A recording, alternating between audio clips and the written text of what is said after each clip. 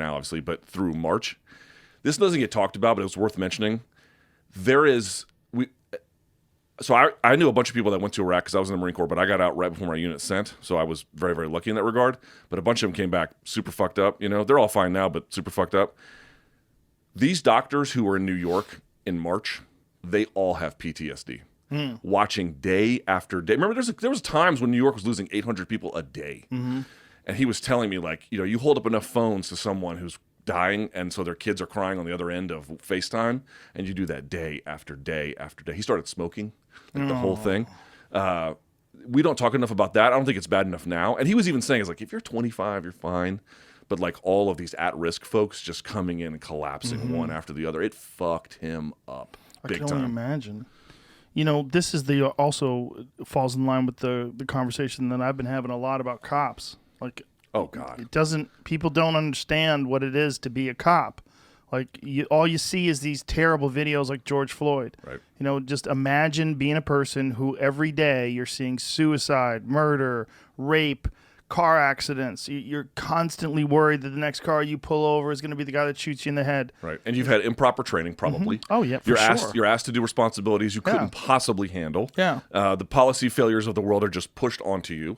And, you have to deal with the dregs of society. Like, certainly, obviously, the George Floyd murder is horrific in every way imaginable. But my stepfather, my mom eventually got divorced, but I had a stepfather for a time, and he was a cop for 30 years in Washington, D.C.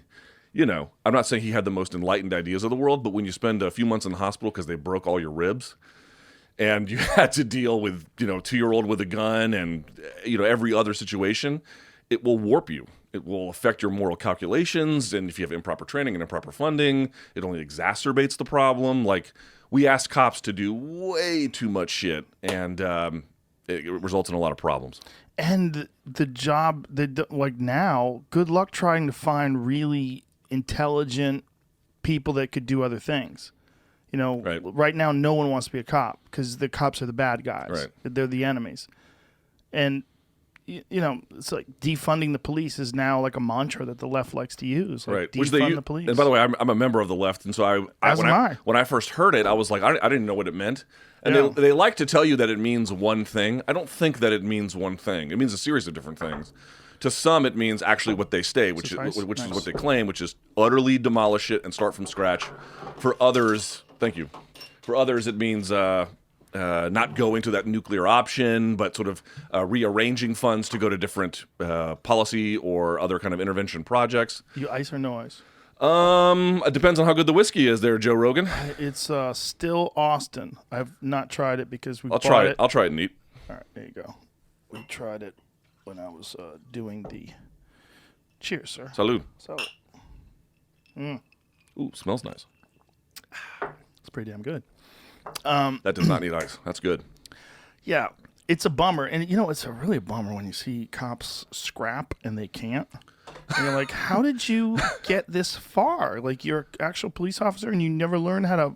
You don't even know how to distribute your weight on the ground? I understand that, quite frankly. I was, like I told you, I did 6 years in the Marine Corps. The Marine Corps has this reputation, somewhat deserved, about there being super macho and shit relative to the other forces. And some of that is true and some of that is deserved. I had never seen... I remember the first time. You ever been to the Mojave Desert at all? Yeah. So there's the 29 Palms is out there. I'll never forget the first time I went to 29 Palms because there is fuck all to do at 29 Palms. And so the Marine Corps wisely just invests in weight rooms. It was the nicest gym I'd ever been in my life, and it was nothing but Hoss Marine. They're all on steroids. They had to be. I don't think any commanding officer gave a fuck. And they were all huge, and they lived this gung-ho life and blah, blah, blah. But then when it came time for hand-to-hand combatives training, McMap is shit. It's not good. It's better than nothing. But unless you do straight-up Army combatives, which is the best thing maybe the Army's ever done for themselves in terms of that kind of policy aim, you get nothing.